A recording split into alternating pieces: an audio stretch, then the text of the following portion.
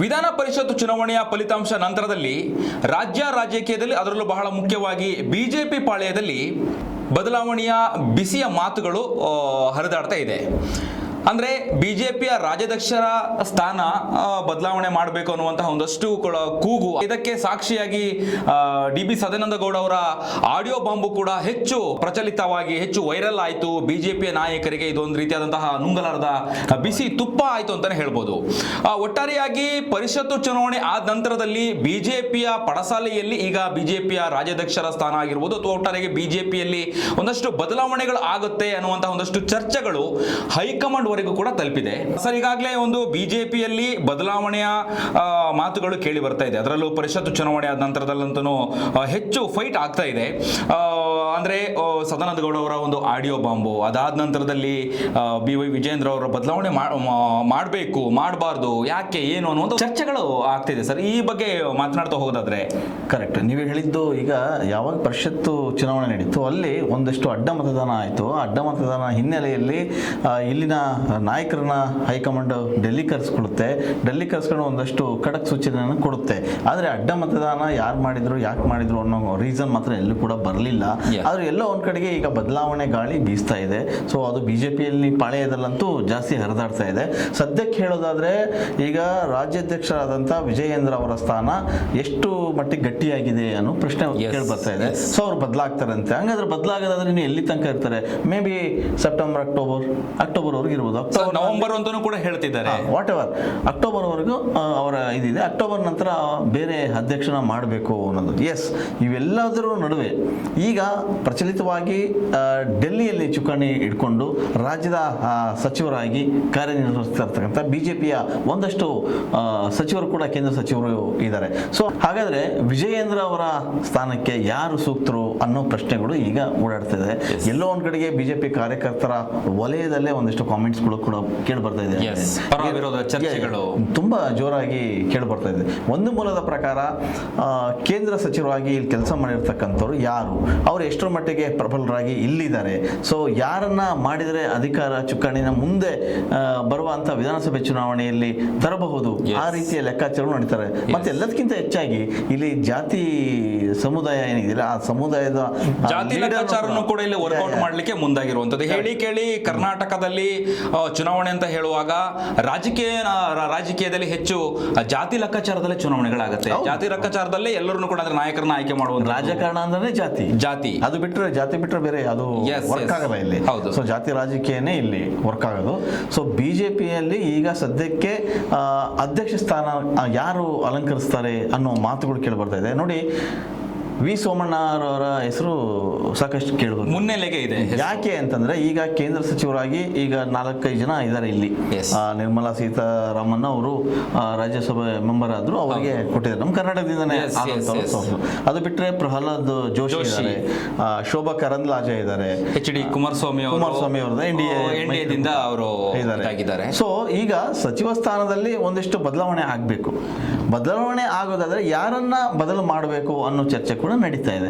ಈಗ ಕೆಲಸ ಮಾಡಿರೋರನ್ನ ಇಟ್ಕೋತಾರೆ, ಕೆಲಸ ಮಾಡಿದರನ್ನ ಕೈ ಬಿಡ್ತಾರೆ. ಇದು ವಾಸ್ತವವಾಗಿ ಎಲ್ಲಾ ಪಕ್ಷಗಳು ಮಾಡುವಂತ ಕೆಲಸ. ಅದಕ್ಕಿಂತ ಮುಂಚೆ ಸರ್, ಬಿ.ವೈ. ವಿಜಯೇಂದ್ರ ಅವ್ರನ್ನ ಯಾಕೆ ಬದಲಾವಣೆ ಮಾಡಬೇಕು ಅಥವಾ ಅವ್ರಿಗೆ ಕೊಟ್ಟಂತಹ ಜವಾಬ್ದಾರಿನ ಸರಿಯಾಗಿ ನಿಭಾಯಿಸಲಿಲ್ಲ, ರಾಜ್ಯ ಬಿಜೆಪಿಯಲ್ಲಿ ಯಾಕೆ ಈ ಒಂದು ಅಧ್ಯಕ್ಷ ಸ್ಥಾನವನ್ನ ಬದಲಾವಣೆ ಮಾಡಲಿಕ್ಕೆ ತೀರ್ಮಾನಕ್ಕೆ ಬಂದ್ರು? ಬರೀ ಪರಿಷತ್ತು ಚುನಾವಣೆಯ ಫಲಿತಾಂಶನ, ಅಡ್ಡ ಮತದಾನನ, ಅಥವಾ ಇಲ್ಲಿ ಒಂದು ರೀತಿಯಾದಂತಹ ಒಂದು ಕೋರ್ಡಿನೇಟ್ ಆಗಿ ಅಥವಾ ಇವರಲ್ಲೇ ಒಡಕು ಭಿನ್ನಾಭಿಪ್ರಾಯ ಎಲ್ಲದೂ ನಾವು ಗಮನಿಸ್ತಾ ಹೋಗೋದಾದ್ರೆ ಇತ್ತೀಚಿನ ದಿನಗಳಂತೂ ಕೂಡ ಬಿಜೆಪಿಯಲ್ಲಿ ಹೆಚ್ಚು ಒಳ ಜಗಳಗಳು ನಾವು ನೋಡ್ಲಿಕ್ಕೆ ಸಿಗುತ್ತೆ. ಉದಾಹರಣೆಯಾಗಿ ಯಲಹಂಕ MLA SR ವಿಶ್ವನಾಥ್ ಅವರು ಸುಧಾಕರ್ ಅವ್ರ ವಿರುದ್ಧ ಮಾತನಾಡಿರುವಂತದ್ದು, ಇಂಥ ಉದಾಹರಣೆಗಳು ತುಂಬಾ ಇದೆ. ಆ ನಂತರದಲ್ಲಿ ಉಚ್ಚಾಟನೆ ಆದಂತಹ ಯತ್ನಾಳ್ ಅವರು ಕೂಡ ಈಶ್ವರಪ್ಪ ಅವರು ಕೂಡ ಮಾತನಾಡಿದ್ದಾರೆ.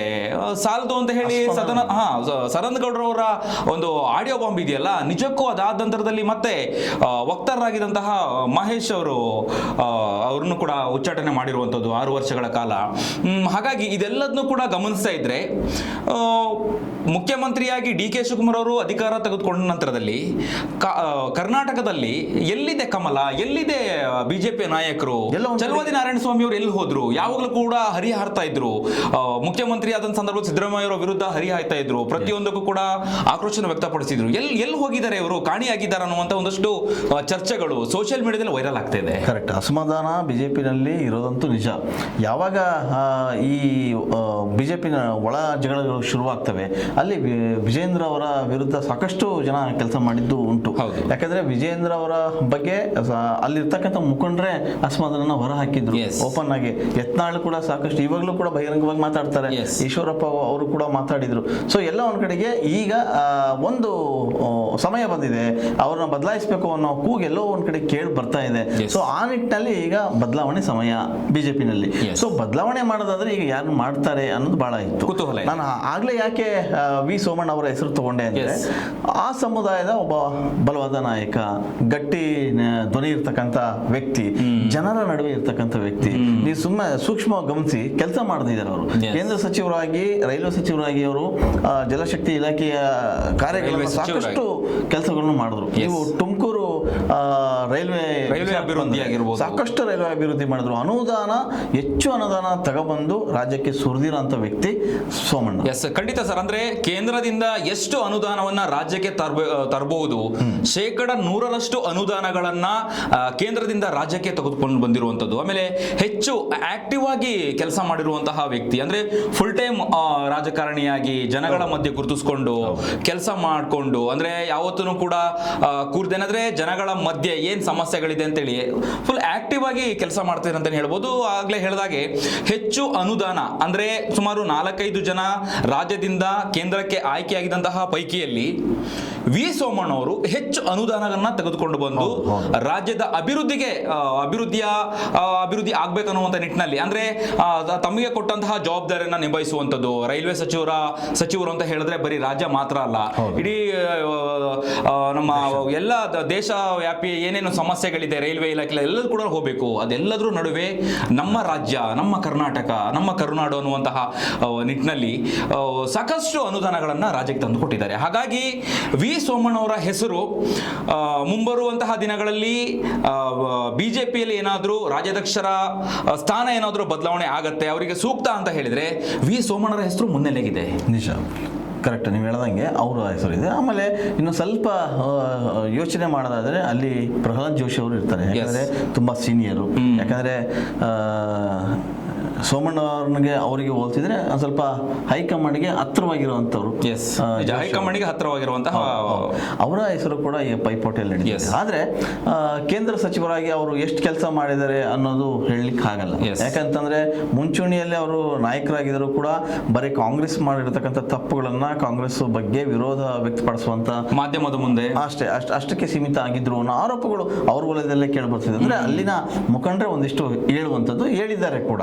ಸೊ ಹಾಗಾಗಿ ಇವರಿಬ್ಬರ ನಡುವೆ ಯಾರು ಅನ್ನೋದು ಒಂದು ಪ್ರಶ್ನೆ ಬರುತ್ತೆ. ಹಾಗಾದ್ರೆ ಸಚಿವರ ಇದರಲ್ಲಿ ಯಾರನ್ನೆಲ್ಲ ಕೈ ಬಿಡಬಹುದು ಅಂತ ಒಂದು ಮಾತುಗಳು ಕೇಳಿ ಬರ್ತಾ ಇದೆ. ಇಲ್ಲಿ ಶೋಭಾ ಕರಂದ್ಲಾಜೆ ಅವರು ಯಾವ ಅಭಿವೃದ್ಧಿ ಎಷ್ಟರ ಮಟ್ಟಿಗೆ ಮಾಡಿದ್ದಾರೆ ಯಾರಿಗೂ ಗೊತ್ತಿಲ್ಲ. ಸೊ ನಾರ್ತ್ ಸೈಡ್ ಅಲ್ಲಿ ಬಂದ್ರು, ಸಂಸದರಾಗಿ ಬಂದ್ರು, ಆಯ್ಕೆ ಆದ್ರು, ಸಚಿವರಾದ್ರು, ಎಲ್ಲೋ ಒಂದ್ ಕಡೆಗೆ ಯಾವ ಕಾಮಗಾರಿ, ಯಾವ ಶಂಕುಸ್ಥಾಪನೆ ಎಲ್ಲಿ ಅನ್ನೋ ಪ್ರಶ್ನೆಗಳು ಕೂಡ ಈಗ ಕಾರ್ಯಕರ್ತರು ಕೇಳ್ತಾ ಇದೆ. ಸೊ ಎಲ್ಲೋ ಒಂದ್ ಕಡೆಗೆ ಇಲ್ಲಿ ಯಾವ ಆಧಾರದ ಮೇಲೆ ಮಾರ್ಕ್ಸ್ ಕೊಡ್ತಾರೆ, ಯಾವ ಆಧಾರದ ಮೇಲೆ ಅವ್ರನ್ನ ಹೊರಗೆ ಹಾಕ್ತಾರೆ ಅನ್ನೋದು ಲೆಕ್ಕಾಚಾರಗಳು ನೋಡೋದಾದ್ರೆ ಅವರ ಕೆಲಸ ಅಭಿವೃದ್ಧಿ. ಸೊ ಅಭಿವೃದ್ಧಿ ಯಾರು ಮಾಡ್ತಾರೆ, ಯಾರು ಚೆನ್ನಾಗಿ ಕೆಲಸ ಮಾಡ್ತಾರೆ, ಯಾರು ಜನರ ನಡುವೆ ಇರ್ತಾರೆ ಅಂತವರಿಗೆ ಅವಕಾಶ ಕೊಡುವಂಥದ್ದು ಪಕ್ಷಗಳ ಲೆಕ್ಕಾಚಾರಗಳು. ಸೊ ಇಲ್ಲೂ ಕೂಡ ಬಿಜೆಪಿ ಈ ಮಾನದಂಡವನ್ನ ಕೂಡ ಅನುಸರಿಸ್ತದೆ. ಖಂಡಿತ. ಅಂದ್ರೆ ಶೋಭಾ ಕರಂದ್ಲಾಜೆ ಅವರು ಹೆಚ್ಚು ರಾಜ್ಯಕ್ಕೆ ಅನುದಾನ ತೆಗೆದುಕೊಂಡು ಬರುವಂತಹ ನಿಟ್ಟಿನಲ್ಲಾಗ್ಲಿ ಅಥವಾ ಕೆಲಸ ಕಾರ್ಯಗಳನ್ನು ಮಾಡೋದ್ರಾಗ್ಲಿ ಅಂತ ಏನೋ ಹೆಚ್ಚಾಗಿ ಕಾಣಿಸ್ಕೊಂಡಿಲ್ಲ ಇದುವರೆಗೆ. ಅಂದ್ರೆ ಕಾಣಿಸ್ಕೊಂಡ್ರು ಮೀಡಿಯಾದಲ್ಲಿ ಟೀಕೆ ಎಸ್ ಓಕೆ, ಬರೀ ಮಾಧ್ಯಮ ಹೇಳಿಕೆಗಳನ್ನ ಕೊಡೋದ್ರ ಮೂಲಕ ಮಾತ್ರ ಕಾಣಿಸ್ಕೊಂಡ್ರ ಅನ್ನುವಂಥ ಚರ್ಚೆಗಳು ಕೂಡ ಸದ್ಯ ಆಗ್ತಿದೆ. ಯಾಕಂತ ಹೇಳಿದ್ರೆ ಬಿಜೆಪಿಯಲ್ಲಿ ಬರೀ ನಾಯಕತ್ವ ಅಥವಾ ಕೆಲಸ ಮಾಡಬೇಕು, ಅದ್ರ ಜೊತೆಗೆ ಹೆಚ್ಚು ಯಾರು ಆಕ್ಟಿವ್ ಆಗಿದ್ದಾರೆ, ಜನಗಳ ಮಧ್ಯೆ ಯಾರಿದ್ದಾರೆ, ಜನಗಳ ಸಂಪರ್ಕ, ಇದೆಲ್ಲದನ್ನು ಕೂಡ ನಾವು ನೋಡ್ಬೇಕಾಗತ್ತೆ. ಹಾಗೇನೆ ಈಗ ನೀವು ಹೇಳ್ತಾ ಇದ್ರಿ ಶೋಭಾ ಕರಂದ್ಲಾಜೆ ಅವರ ಪಾತ್ರ ಏನು ಅಥವಾ ಅವರ ಕೊಡುಗೆ ಏನು ರಾಜ್ಯಕ್ಕೆ ಅಂತ ಹೇಳಿ ನೋಡ್ತಾ ಹೋಗೋದಾದ್ರೆ ಒಂದಷ್ಟು ಅಂದ್ರೆ ಅನುದಾನಗಳನ್ನ ಎಷ್ಟು ತಂದಿದ್ದಾರೆ. ಈಗ ವಿ ಸೋಮಣ್ಣ ಅವರ ಹೆಸರು, ಹಾಗೇನೆ ಪ್ರಹ್ಲಾದ್ ಅವರ ಹೆಸರು, ಹಾಗೇನೆ ಎಚ್ ಡಿ ಕುಮಾರಸ್ವಾಮಿ ಅವರು ಈಗಾಗಲೇ ಏನು ಬಿಡದಿ ವಿಚಾರ ಆಗಿರ್ಬೋದು, ಹಾಗೇನೆ ಕೈಗಾರಿಕೆ ವಿಚಾರ ಹಾಗೂ ಭದ್ರಾವತಿ ಉಕ್ಕು ಕೈಗಾರಿಕೆಯನ್ನ ನಾವು ಮತ್ತೆ ಪುನಶ್ಚೇತನ ಮಾಡಬೇಕು ಅನ್ನೋ ನಿಟ್ಟಿನಲ್ಲಿ ಒಂದಷ್ಟು ಹೋರಾಟಗಳನ್ನ ಮಾಡ್ತಾ ಇದ್ದಾರೆ. ಎಷ್ಟು ಮಟ್ಟಿಗೆ ಸಾಧ್ಯ ಗೊತ್ತಿಲ್ಲ.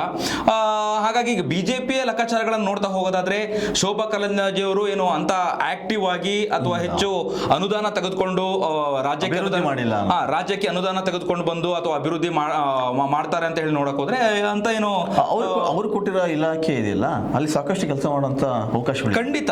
ಶೋಭಾ ಕರಂದ್ಲಾಜೆ ಅವರಿಗೆ ಕೊಟ್ಟಂತಹ ಒಂದು ಸ್ಥಾನ, ಅವರಿಗೆ ಕೊಟ್ಟಂತಹ ಜವಾಬ್ದಾರಿ ನಿಜಕ್ಕೂ ಚೆನ್ನಾಗಿ ಯುಟಿಲೈಸ್ ಮಾಡ್ಕೊಳ್ಬಹುದು. ಹಾಗಾಗಿ ಹೆಚ್ಚು ಇನ್ನೂ ಅವ್ರು ಆಕ್ಟಿವ್ ಆಗ್ಬೋದಾಗಿತ್ತು, ತಮ್ಮನ್ನು ತಾವು ತೊಡಗಿಸ್ಕೊಳ್ಬೋದಾಗಿತ್ತು.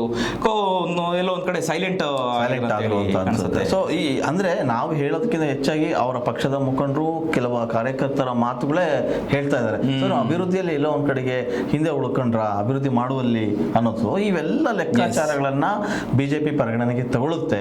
ತಗೊಂಡು ಆದ್ಮೇಲೆ ಯಾರು ಬೇಕು ಯಾರು ಬೇಡ ಅಂತ ಅವ್ರು ಡಿಸೈಡ್ ಮಾಡುತ್ತೆ. ಸದ್ಯಕ್ಕೆ ಬಿಜೆಪಿಯ ರಾಜಕಾರಣದಲ್ಲಿ ತುಂಬಾ ಕೇಳಿ ಬರ್ತಾ ಇರೋದು ಈಗ ಬಿಜೆಪಿಯ ಅಧ್ಯಕ್ಷರ ಬದಲಾವಣೆ, ಅದರ ಜೊತೆಗೆ ಯಾರು ಉತ್ತಮವಾದ ಕೆಲಸ ಮಾಡಿದರೆ ಅವರಿಗೆ ರಾಜ್ಯದ ಚುಕ್ಕಾಣಿ ಕೊಡಬೇಕು ಅನ್ನೋ ಮಾತುಗಳು ಕೂಡ ಕೇಳಿ ಬರ್ತಾ ಇದೆ. ಸೊ ಹಾಗೆ ನೋಡಿದ್ರೆ ರಾಜಕಾರಣಕ್ಕೆ ನಡ್ಸ್ಕೊಂಡು ಹೋಗ್ಬೇಕನ್ನೋ ಆಸೆ ಸೋಮಣ್ಣ ಅವ್ರಿಗೆ ಇದೆ. ಸೋಮಣ್ಣ ಅವರು ಯಾವಾಗ ಇಲ್ಲಿ MLA ಟಿಕೆಟ್ ಬಿಟ್ಟು ಸಂಸದರಾಗಿ ನೀವು ಹೋಗ್ಬೇಕು, MP ಆಗಬೇಕು ಅಂತ MP ಟಿಕೆಟ್ ಕೊಡ್ಬೇಕಾದ್ರೆ ಇಲ್ಲ ನನಗೆ ಡೆಲ್ಲಿಗೆ ಹೋಗಕ್ಕೆ ಇಷ್ಟ ಇಲ್ಲ, ನಾನು ಇಲ್ಲೇ ಮಾಡ್ತೀನಿ ಅನ್ನೋ ಮಾತನ್ನು ಕೂಡ ಸೋಮಣ್ಣ ಹೇಳಿದ್ರು. ಆದ್ರೆ ಅವ್ರೆಲ್ಲೂ ಮಾಡಿದ್ರು ಕೂಡ ಇಲ್ಲಿ ಸಚಿವರಾಗಿ ಇದ್ದಾಗಲೂ ಶಾಸಕರಾಗಿದ್ದಾಗಲೂ ಸಾಕಷ್ಟು ಅಭಿವೃದ್ಧಿನ ಮಾಡಿದ್ರು. ಅವರು ಗೋವಿಂದರಾಜನಗರ ನೀವು ಗಮನಿಸಿರ್ಬೋದು, ಸಾಕಷ್ಟು ಅಭಿವೃದ್ಧಿ ಮಾಡಿದಂಥವ್ರು. ಅದೇ ನಿಟ್ಟಿನಲ್ಲಿ ಅವರಿಗೆ ಕೇಂದ್ರ ಸಚಿವರು ಆದರೂ ಕೂಡ ರಾಜ್ಯಕ್ಕೆ ಏನೆಲ್ಲ ತರಬೇಕು ಏನೆಲ್ಲ ಮಾಡಬೇಕು ಅನ್ನೋ ನಿಟ್ಟಿನಲ್ಲಿ ಮಾಡಿದ್ರು. ಅಧಿಕಾರಿಗಳ ಜೊತೆಗೆ ತುಂಬಾ ನಿಕಟ ಸಂಪರ್ಕ ಇಟ್ಕೊಂಡಿರೋಂಥವ್ರು. ಯಾರೇ ಒಬ್ಬ ವ್ಯಕ್ತಿ ಹೋದ್ರು ಕೂಡ ಅವರ ಸಮಸ್ಯೆನ ಆಲಿಸ್ತಾರೆ. ಸೊ ಅಭಿವೃದ್ಧಿ ಕಡೆ ಗಮನ ಹರಿಸ್ತಾರೆ. ಸೊ ಖಡಕ್ಕಾಗಿ ಮಾತಾಡ್ತಾರೆ. ಎಲ್ಲದಕ್ಕಿಂತ ಹೆಚ್ಚಾಗಿ ಅವರ ಸಮುದಾಯ ಏನಿಲ್ಲ, ಆ ಸಮುದಾಯದ ಒಬ್ಬ ಪ್ರಬಲವಾದ ನಾಯಕನ ಗುರುತಿಸ್ಕೊಂಡಿದ್ದಾರೆ. ಹಾಗಾಗಿ ಸೊ ಇಲ್ಲಿ ಎಲ್ಲೋ ಒಂದ್ ಕಡೆಗೆ ವಿಜೇಂದ್ರ ಅವರು ಬದಲಾದರೆ ಆ ಸಮುದಾಯದ ನಾಯಕರನ್ನೇ ಮತ್ತೆ ತಂದು ಕೂರಿಸ್ಬೇಕು ಅನ್ನೋ ಲೆಕ್ಕಾಚಾರ ಕೂಡ ಬಿಜೆಪಿಯಲ್ಲಿ ಇದೆ. ಸೊ ತುಂಬಾ ಮೈಂಡ್ ಗೇಮ್ ಆಡ್ತಾ ಇದೆ. ಮುಂದಿನ ದಿನಗಳಲ್ಲಿ ಏನಾಗುತ್ತೆ ಅನ್ನೋದನ್ನ ನೋಡ್ಬೇಕು ಅಭಿಜಿತ್. ಖಂಡಿತ. ಈಗಾಗಲೇ ಏನು ಬಿಜೆಪಿ ಪಾಳ್ಯದಲ್ಲಿ ಏನು ರಾಜ್ಯಾಧ್ಯಕ್ಷರ ಬದಲಾವಣೆ ಇದೆಯಲ್ಲ, ಆ ಬದಲಾವಣೆಗೆ ಯಾರು ಸೂಕ್ತ, ಯಾವ ವ್ಯಕ್ತಿನ ಆಯ್ಕೆ ಮಾಡಬೇಕು, ಆಮೇಲೆ ಹೇಳಿ ಕೇಳಿ ಲಿಂಗಾಯತರ ಸಮುದಾಯದವರು ಅಂದ್ರೆ ಹೆಚ್ಚು ಲಿಂಗಾಯತ ಕಮಿಟಿಯವರು ಬಿಜೆಪಿಯ ಅಧ್ಯಕ್ಷರು ಆದ್ರೆ ಮುಂಬರುವಂತಹ ಚುನಾವಣೆಗೆ ಇಂಪ್ಯಾಕ್ಟ್ ಮಾಡಬಹುದು ಅನ್ನುವಂಥ ನಿಟ್ಟಿನಲ್ಲಿ ಈಗ ವಿ ಸೋಮಣ್ಣ ಅವರ ಹೆಸರು ಪ್ರಚಾರದಲ್ಲಿದೆ, ಮುನ್ನೆಲೆಗಿದೆ. ಹಾಗೇನೆ ಪ್ರಹ್ಲಾದ್ ಅವರ ಹೆಸರು ಕೂಡ, ಜೋಶಿ ಅವರ ಹೆಸರು ಕೂಡ ಮುನ್ನೆಲೆಗೆ ಇರುವಂತದ್ದು. ನೋಡ್ಬೇಕು ಹೇಗೆ ಯಾವ ರೀತಿಯಾಗಿ ಇದು ಹೈಕಮಾಂಡ್ ತೆಗೆದುಕೊಳ್ಳುತ್ತೆ. ಈಗಾಗಲೇ ಪರಿಷತ್ ಚುನಾವಣೆ ಅಡ್ಡ ಮತದಾನ, ಅದಾದ ನಂತರದಲ್ಲಿ ಬಿಜೆಪಿ ರಾಜ್ಯಾಧ್ಯಕ್ಷರ ಸ್ಥಾನವನ್ನು ಬದಲಾವಣೆ ಮಾಡುವಂಥದ್ದು, ಇದನ್ನ ಹೇಗೆ ಬ್ಯಾಲೆನ್ಸ್ ಮಾಡ್ತಾರೋ ಗೊತ್ತಿಲ್ಲ. ಒಟ್ಟಾರೆಯಾಗಿ ಸದ್ಯ ರಾಜಕೀಯದಲ್ಲಿ ಸರ್ಕಾರದ ವಿರುದ್ಧ ಧ್ವನಿ ಎತ್ತುವಂಥದ್ದಾಗಿರ್ಬೋದು ಅಥವಾ ಸರ್ಕಾರದ ವಿರುದ್ಧ ವೈಫಲ್ಯಗಳ ವಿರುದ್ಧ ಧ್ವನಿ ಎತ್ತಬೇಕಾದಂತಹ ವಿರೋಧ ಪಕ್ಷ ಎಲ್ಲೋ ಒಂದು ಕಡೆ ಧ್ವನಿಯನ್ನ ಕಡಿಮೆ ಮಾಡ್ಕೊಂಡಿದೆ. ಆರ್ ಅಶೋಕ್ ಆಗಿರ್ಬೋದು, ಚಲವಾದಿ ನಾರಾಯಣ ಸ್ವಾಮಿ ಆಗಿರ್ಬೋದು, BY ವಿಜೇಂದ್ರ ಆಗಿರ್ಬೋದು, ಈಗ ಹೇಳಿದಾಗೇನೆ ನೂತನ ಮುಖ್ಯಮಂತ್ರಿಯಾಗಿ ಏನು DK ಶಿವಕುಮಾರ್ ಅವರು ಬಂದ ನಂತರದಲ್ಲಿ ಬಿಜೆಪಿ ಅವರೆಲ್ಲ ಒಂದು ಕಡೆ ಸೈಲೆಂಟ್ ಆಗಿದ್ದಾರೆ ಅನ್ನುವಂಥ ಒಂದಷ್ಟು ಚರ್ಚೆಗಳು ಆಗ್ತಾ ಇದೆ. ಹಾಗಾಗಿ ಕಾದ್ ನೋಡಬೇಕು ಈ ಒಂದು ಚರ್ಚೆ, ನಾಯಕತ್ವ ಬದಲಾವಣೆ ಎಲ್ಲಿ ತೆಗೆದುಕೊಂಡೋಗಿ ಮುಟ್ಟುತ್ತೆ ಅನ್ನುವಂಥದ್ದನ್ನ ಸದ್ಯ ನಾವು ಕಾದ್ ನೋಡಬೇಕಾಗಿದೆ. ಹೆಚ್ಚಿನ ವಿಡಿಯೋಗಳಿಗೆ ಪ್ರತಿಧ್ವನಿ ಯೂಟ್ಯೂಬ್ ಚಾನೆಲ್ ಸಬ್ಸ್ಕ್ರೈಬ್ ಮಾಡಿ, ಬೆಲ್ ಐಕಾನ್ ಕ್ಲಿಕ್ ಮಾಡಿ.